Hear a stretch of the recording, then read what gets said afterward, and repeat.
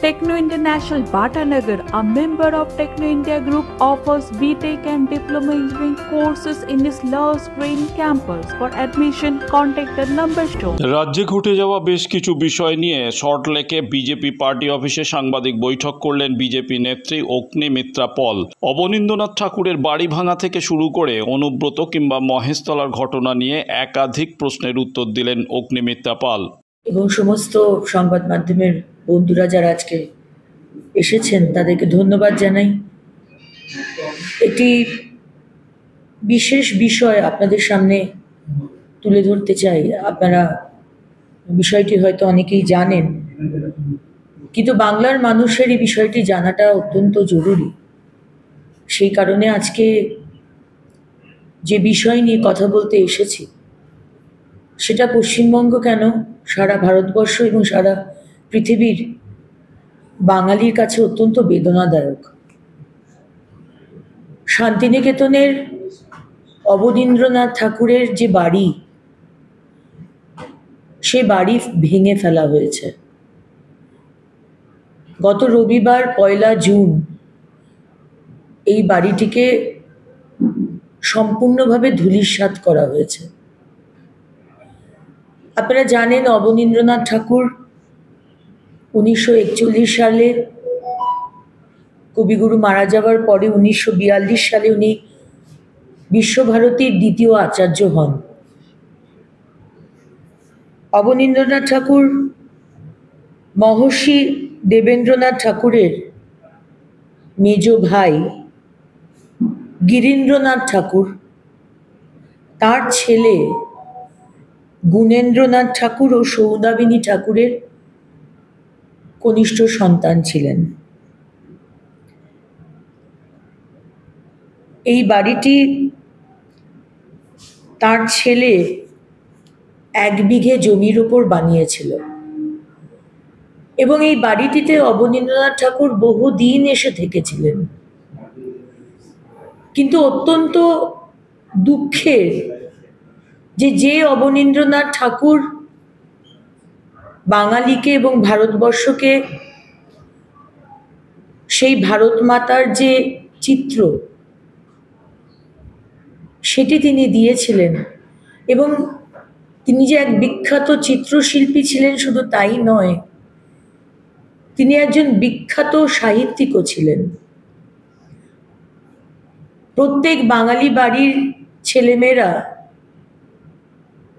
আমরা ছোটবেলা থেকে আমরা ক্ষীরের পুতুল, রাজকাহিনী, এরকম বহু কালজয়ী তার লেখা পড়ে আমরা বড় হয়েছি।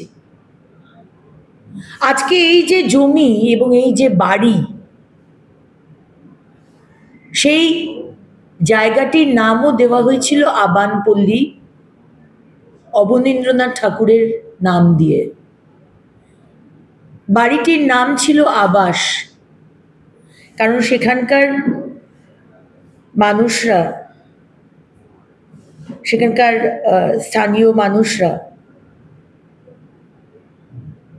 এই আবানপল্লীর যে বাড়ি যেদিনকে ভাঙা হলো, লোকাল মানুষ, স্থানীয় মানুষ প্রতিবাদ করেছিল।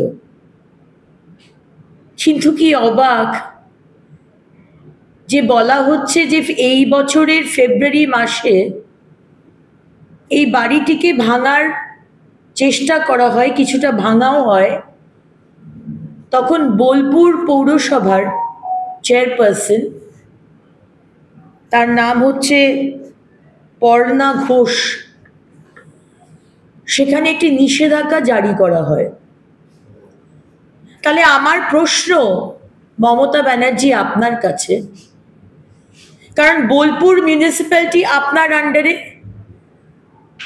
পর্ণা ঘোষও আপনার আন্ডারে, সেখানে ফেব্রুয়ারি মাসে নিষেধাজ্ঞা দেওয়ার পরেও গত রবিবার 1 জুন সকাল 9টার সময় সম্পূর্ণ বাড়িটাকে কিভাবে ভেঙে ফেলা হলো।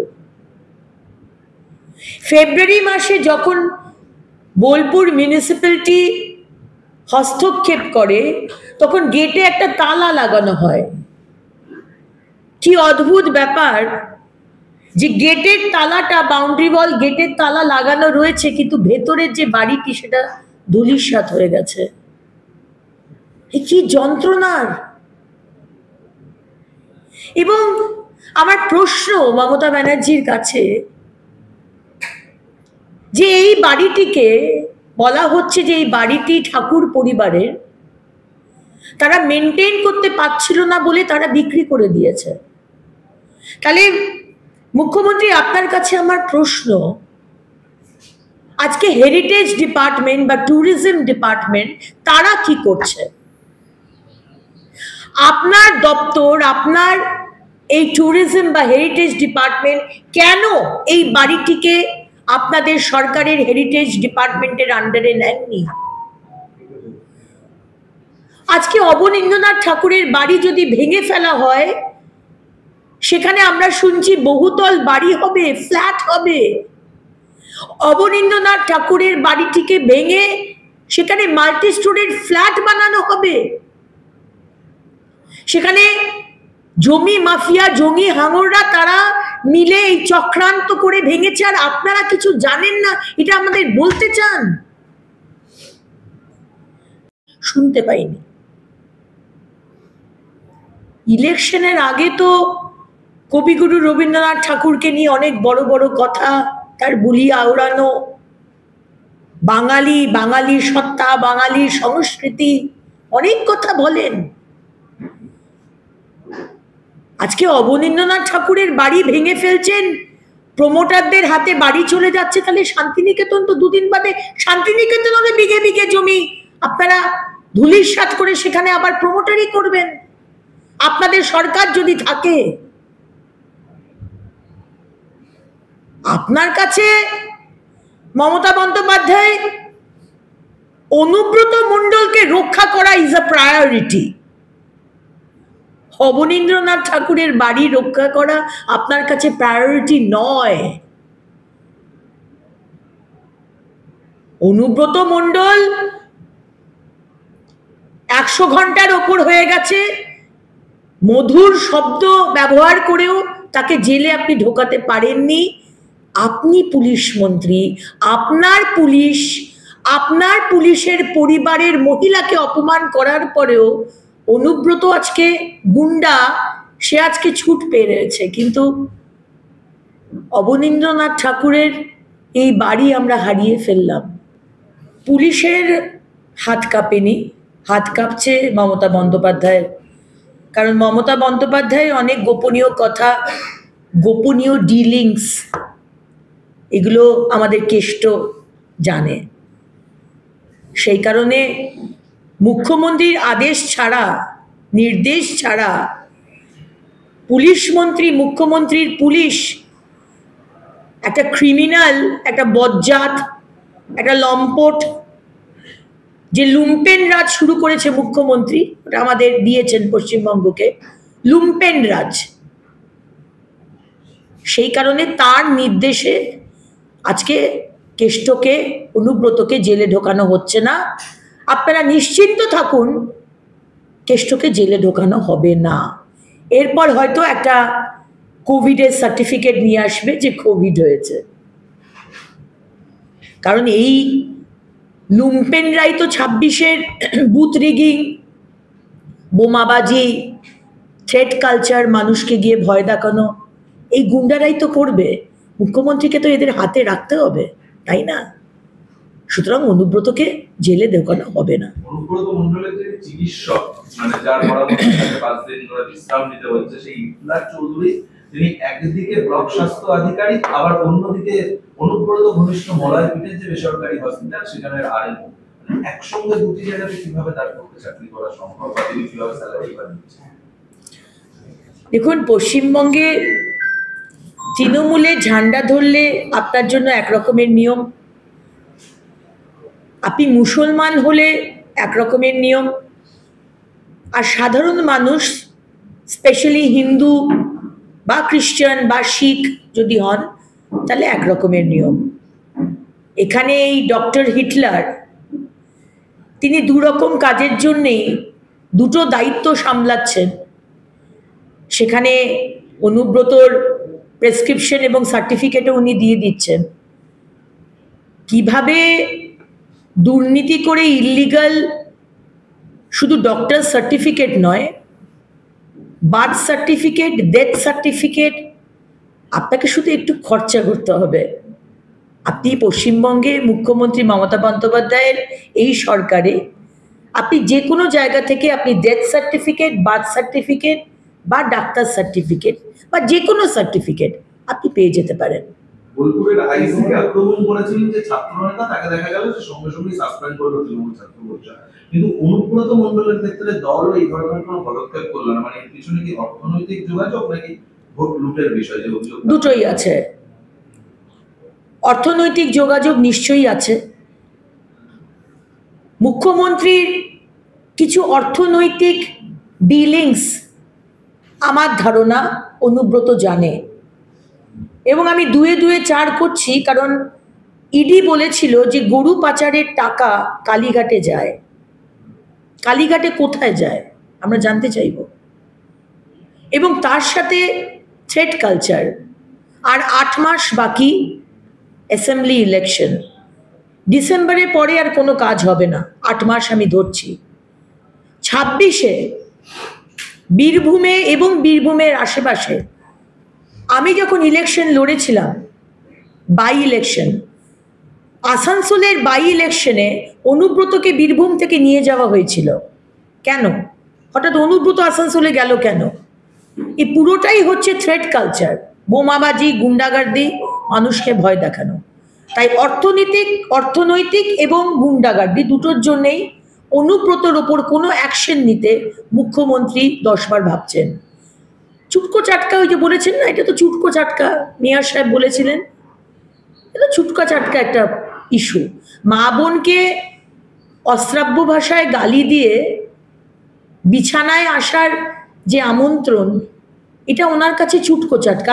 আমি আশা করব ওনার পরিবারের কাউকে যদি এই কথা বলা হয়, উনি কি একই সময় ওই কথা বলবেন? বা আমি অবাক হয়ে যাই, রাজীব কুমার ডিজি পুলিশ, তাকে বলা হচ্ছে, তারপরেও তাদের কোনো অ্যাকশন নেই। রাজীব কুমার, আপনি কি আপনার পদ, আপনার পজিশন, আপনার আগামী দিনের প্রমোশন বা চাকরিটা রাখা, তার জন্য চুপ করে আছেন? তার জন্য এখনো কানটা ধরে টানতে টানতে অনুব্রতকে জেলে ঢোকাচ্ছেন না। সুতরাং মুখ্যমন্ত্রী, আপনার জাজমেন্ট আমরা বাংলার মানুষ বুঝে গেছে। ওই নিচে ছোটোখাটো উইচিংড়েদের সাসপেন্ড করে বাংলার মানুষকে আপনি শান্ত করতে চাইছেন, কিন্তু আমরা আপনার এই সাসপেনশনে আমাদের মন শান্ত হবে না। আমরা চাই সত্যি, যদি মহিলাদের সুরক্ষার সম্মান নিয়ে আপনি এত বড় বড় কথা বলেন, সেটা যদি সত্যিই মিন করেন, তাহলে অনুব্রতকে, এখন 100 ঘন্টার ওপর হয়ে গেছে অনুব্রত মণ্ডল ঘুরে বেড়াচ্ছে, আমরা জানি আপনি ঢোকাবেন না, বাট তাও যদি আপনার মনে হয় যে আপনি বাংলার মহিলাদের পাশে আছেন, তাহলে ওনাকে কানটা ধরে টানতে টানতে আপনি জেলে ঢোকান, এটা আমরা চাই। সেই বিষয়টি এখনো পর্যন্ত স্পষ্ট নয়। হবে না তো। এখানে সফট টার্গেট হচ্ছে পুলিশ। যে পুলিশ রেকর্ডিংটা করে আজকে যে কারণেই হোক তার কথা ভাইরাল হয়েছে, আজকে তাকেই বলি দেওয়া হচ্ছে, এবং আগামী দিনেও এই তৃণমূল সরকারের আন্ডারে সেটাই হবে। অনুব্রত মণ্ডল বা শেখ শাহজাহান বা এই যে বিভিন্ন যে গুন্ডারা রয়েছে প্রতিটা ডিস্ট্রিক্টে, টিএমসির গুন্ডারা যাদেরকে মুখ্যমন্ত্রী পুষে রেখেছেন, তাদের ওপর পুলিশের কোনো বা লয়ের কোনো আক্রমণ আসবে না, আপনারা নিশ্চিন্ত থাকুন। সিপিএম অভিযোগ করছে যে বিজেপি এবং তৃণমূলের অবস্থান একই। তৃণমূল এখানে অনুব্রত মণ্ডলকে গ্রেফতার করতে পারে না, পুলিশকে আক্রমণ করার। আর মধ্যপ্রদেশের বিজেপি মুখ্যমন্ত্রী কুনাল বিজয় শাহ, বিজেপির একজন মন্ত্রী কুনাল বিজয় শাহ, তিনি কর্নেল সোফিয়া কুরাইশিকে কুমন্তব্য করেছিলেন, তাকেও অ্যারেস্ট করতে পারে না। দুজনের অবস্থান একই। দেখুন, আমি যতদূর জানি মধ্যপ্রদেশে যার কথা বলছেন তার উপর অ্যাকশন নেওয়া হয়েছে। ভারতীয় জনতা পার্টি মহিলাদের ওপর বা যে কোনো মানুষের ওপর যদি কেউ অত্যাচার করে, আক্রমণ করে, সেটা সহ্য করে বসে থাকবে, এটা হয় না। সুতরাং তার উপর অ্যাকশন হয়েছে। কিন্তু এইখানে অনুব্রত মণ্ডল ওটাও ইকুয়ালি খারাপ। কিন্তু আমরা পশ্চিমবঙ্গের মানুষ হিসেবে তো পশ্চিমবঙ্গের বিষয় নিয়ে অবশ্যই ভোকাল হব, এবং শুধু বিজেপির একজন কর্মী হিসেবে নয়, একজন সাধারণ মানুষ, একজন মহিলা হিসেবে যে ভাষায় অনুব্রত মণ্ডল কথা বলেছে, আমরা পশ্চিমবঙ্গে এই ভাষা আমরা অ্যাকসেপ্ট করি না। এই রাজনীতি, এই নোংরা রাজনীতি, এই কালচার আমরা নেব না। বাংলা অন্য রকমের। সুতরাং মুখ্যমন্ত্রী যদি একটুও সেন্স থাকে তাহলে ওনাকে অ্যারেস্ট করে ইমিডিয়েটলি জেলে ঢোকানো উচিত। আইসিকে কদর্য ভাষায় হুমকি দিলেন অনুব্রত, আর পুলিশের চিঠি গেল এবিপি আনন্দের দপ্তরে। ছদিনেও অধরা, তাও নিষ্ক্রিয় বলায় আপত্তি জানিয়ে কার্যত হুঁশিয়ারি দিয়ে চিঠি দেওয়া হয়েছে, ব্যবস্থা নেওয়া হবে ইঙ্গিত দিয়ে। মমতা বন্দ্যোপাধ্যায় পুলিশ মন্ত্রী আপনাদের সংবাদ মাধ্যমের আপনারা যে সত্য ঘটনা তুলে ধরেছেন, যেগুলো মানুষের কাছে পৌঁছে দিচ্ছেন, সেগুলোতে মুখ্যমন্ত্রীর আপত্তি রয়েছে। কি অবাক, যে ক্রিমিনাল, যে মহিলাদেরকে অপমান করলো, আজকে তার উপর কোনো অ্যাকশন নেই। সেখানে পুলিশ কিছু করতে পারছে না। সেখানে পুলিশকে পুলিশ মন্ত্রী, মুখ্যমন্ত্রী পাঠিয়ে অ্যারেস্ট করতে পারছে না। মমতা বন্দ্যোপাধ্যায়, আপনার কি বিন্দুমাত্র লজ্জা হয় না? লজ্জা, শরম সব কিছু কি বিসর্জন দিয়েছেন? মানে আপনি কি ভাবেন বাংলার মানুষ আপনার এই চালাকির রাজনীতিকে মানে বিশ্বাস করবে? সুতরাং বাংলার মানুষ আপনাদের চ্যানেলের পাশে আছে। যে কোনো মানুষ যে অন্যায়ের প্রতিবাদ করবে তার পাশে বাংলার মানুষ আছে। পুলিশের কেষ্টর যে কুকথার অডিও টেপ, তাও সম্প্রচার বন্ধের নির্দেশ দেওয়া হয়েছে এবিপি আনন্দের সম্পাদককে। পুলিশেরই আইনি পদক্ষেপের হুমকি, অবিলম্বে সম্প্রচার বন্ধ না করলে আইনি পদক্ষেপ নেওয়া হবে, তাও করা।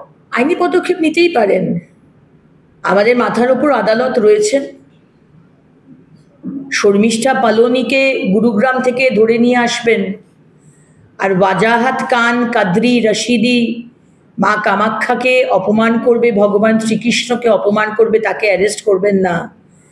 আসাম পুলিশ ধরতে আসছে বলে হিমন্ত বিশ্ব শর্মার পুলিশকে ভয় পেয়ে তাকে লুকিয়ে দেবেন, এগুলো তো চলবে না মমতা ব্যানার্জি। বললাম না, আপনার এই উপর চালাকি চলবে না। আর এবিপি আনন্দ বা অন্য কেউ চ্যানেল যদি আপনি পুলিশের নোটিশ পান, আদালতে সেই নিয়ে নিশ্চয়ই আমি এই বিশ্বাস রাখি আপনারা আইনি পদক্ষেপ নিয়ে সেখানে লড়াই হবে। বাংলার মানুষ রয়েছে, আপনারা চ্যানেল দেখাবেন না, আমরা সেটাকে সব জায়গাতে আমরা মানুষের কাছে পৌঁছে দেব। মানুষ জানুক যে মমতা ব্যানার্জির সরকার কি ধরনের সরকার।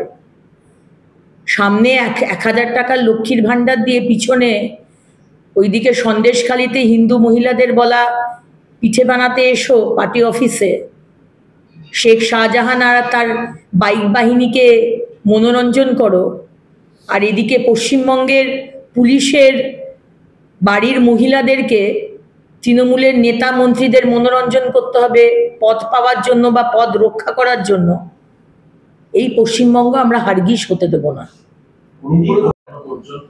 সেক্ষেত্রে পুলিশের কোনো পদক্ষেপ দেখা যায়। সন্তোষপুরে দেখা গেল একটা ভাইরাল ভিডিও, যেখানে এক নাবালককে উল্টো করে ঝুলিয়ে মারা হচ্ছে ইলেকট্রিক শক। সেই কারখানা মহেশতলায়, এখনো পর্যন্ত সেই কারখানার মালিককেও পুলিশ খুঁজে পেল না, উল্টে সে 2 লক্ষ টাকা দাবি করছে। খুব মানে একজন মা হিসেবে এই খবরগুলো শোনা আমাদের জন্য যে কি বেদনাদায়ক।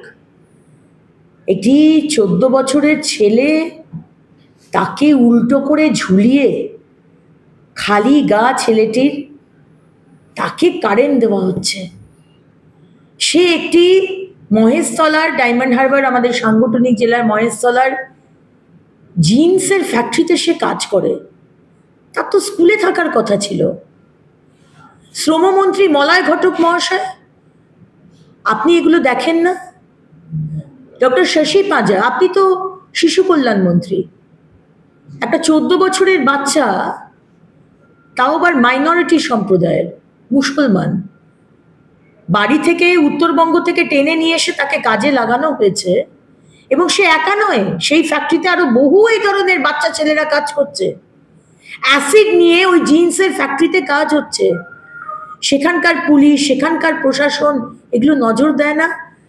নাকি মাসের শেষে ওই জিন্সের ফ্যাক্টরি থেকে শুধু তোলা আদায় করলেই আপনার দায়িত্ব শেষ, আর সেই তোলা থেকে পার্সেন্টে চলে যাবে কালীঘাটে?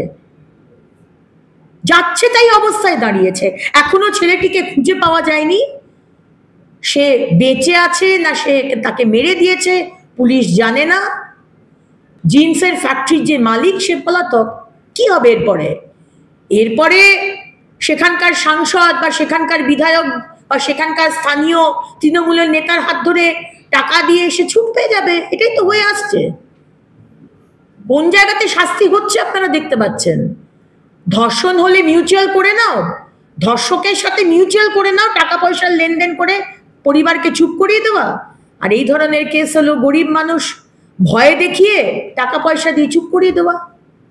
বিচার বলে কোনো জিনিস আছে এই পশ্চিমবঙ্গে? এখনো অভয়ারও বিচার হয়নি। বিচার বলে কোনো জিনিস নেই এই পশ্চিমবঙ্গে, মমতা ব্যানার্জির পশ্চিমবঙ্গে।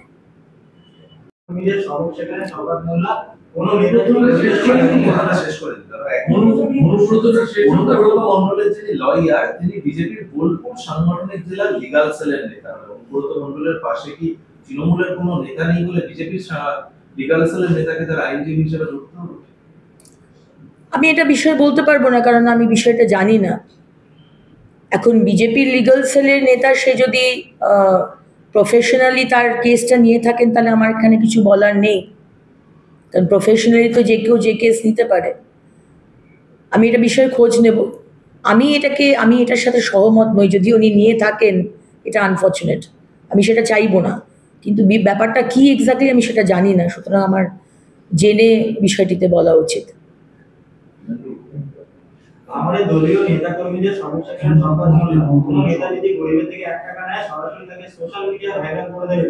তার দলে থাকার দরকার নেই। দু একজন নেতার জন্য দল কালমান্বিত হচ্ছে, সংবাদ মূল্য বলেছে। শওকত মোল্লা উনি আমাদের বিধানসভার একজন বিধায়ক এবং আমি যে স্ট্যান্ডিং কমিটিতে আছি তার চেয়ারপারসনও। কিন্তু শওকত মোল্লা ভাই, আপনি ভোটের 8 মাস আগে যদি এখন বলেন যে 1 টাকা নিলে শাস্তি হবে, সোশ্যাল মিডিয়ায় বলে দেবো, কিন্তু 15 বছর ধরে আপনারা যে চুরিটা করে আসছেন, এই ধরুন ওই কোভিডের স্যানিটাইজারের বোতল, কোভিডের সময় আমফানের সময় তিরপল, ওই চালের বস্তা, তারপরে ধরুন প্রধানমন্ত্রীর বাড়ির টাকা বলুন, 100 দিনের কাজ বলুন, বাড়ি বাড়িতে জল যাবে সেই জলের টাকা বলুন, এই প্রতিটা বিষয় আপনারা যে চুরি করেছেন, হিসেব দেননি। এই সেদিনকেও সম্মানীয় অমিত ভাই সাজিয়ে এসে যে 8,27,000 কোটি টাকার একটা ডিটেলস দিয়ে গেলেন যে কোথায় কোথায় আপনাদের টাকা দিয়ে গেছেন, পুরো ডিটেল, এবং আপনারা সেখানে থেকে কোথায় কোথায় কাজ করেছেন আর কত টাকা চুরি হয়েছে। এখন এইসব কথা বলে খুব কি একটা বাংলার মানুষের হৃদয়ে যে ক্ষত হয়েছে সেটা কি ঢাকতে পারবেন? আমার মনে হয় না। দিল্লি চলো, মোদী সাহেব বঙ্গোপসাগরের পাল্টা মমতা দিল্লি সফর, প্রতি মাসে রাজধানী যাবেন মুখ্যমন্ত্রী, বকেয়া আদায়ের লক্ষ্যে তার দিল্লি সফর। এই বারবার নাটকগুলো করেন মুখ্যমন্ত্রী, বারবার দিল্লি যাওয়া, কোটি কোটি টাকা খরচা করা, আপনার প্রাইভেট চার্টার্ড প্লেন, তার সাথে আপনার পুরো যে বাহিনী যায়, কিন্তু আসল ক্ষতিগ্রস্ত হচ্ছে বাংলার মানুষ। প্রতি ইলেকশনের আগেই আপনি কেন্দ্রের বঞ্চনা বলেন, কিন্তু বাংলার যে বঞ্চনা আপনি করেছেন, honourable home minister Amit Shahji 8,27,000 কোটি টাকার যে টাকা আপনাকে দেওয়া হয়েছে, যেটা ইউপিএ আমলে 2 লক্ষ কোটি টাকা ছিল, অনেকটা বেড়েছে নিশ্চয়ই, হিসেবেই বুঝতে পারছেন। বাংলার মানুষকে তার পরিষেবা না দিয়ে সেখান থেকে টাকাগুলোকে চুরি করে ইলেকশনের 8 মাস আগে আবার নাটক, আবার কেন্দ্রে যাবেন, কেন্দ্রের বঞ্চনা। আর লাভ নেই। বাংলার মানুষ ডিসাইড করে নিয়েছে, আপনি কেন বুঝতে পারছেন না? আপনি রিটায়ার্ড করুন, আপনার দলকে আমরা নিশ্চিহ্ন করতে চলেছি। 2024 বাংলার মানুষ সুশাসন চায়, আর বোমবাজি, আর অশ্রাব্য ভাষায় কথা বলা, আর গুন্ডাগার্দি, আর চাকরি চায়। দক্ষিণ শহরতলিতে এই প্রথম যে কোনো আনন্দ অনুষ্ঠানের সাথে সুহানি ব্যাংকুয়েট, গঙ্গারামপুর রোডে উৎপল দত্ত মঞ্চের বিপরীতে Suhani banquet. Institute of Technology, Kolkata, conducting AICT recognized and university affiliated MBA Engineering and Polytechnic program. Padma Shri Dr. K.L. Chopra, ex-director of IIT Kharagpur, and faculties from IIM, IIT, NIT, Calcutta and Jadavpur University are teaching. 20 acres campus with hostel and canteen facility, library, book bank facility, language lab, Wi-Fi campus, sports complex, gymnasium and swimming pool. Strong association with 50 companies for best training and placement. For detail, visit BBIQ. আধুনিক জগতে বিজ্ঞাপনের একমাত্র হাতিয়ার flakes. দক্ষিণ শহরতলিতে এই প্রথম অত্যাধুনিক flakes printing করা হচ্ছে মহাশতলা পুরাতন ডাকঘরের মা তারা এন্টারপ্রাইজে।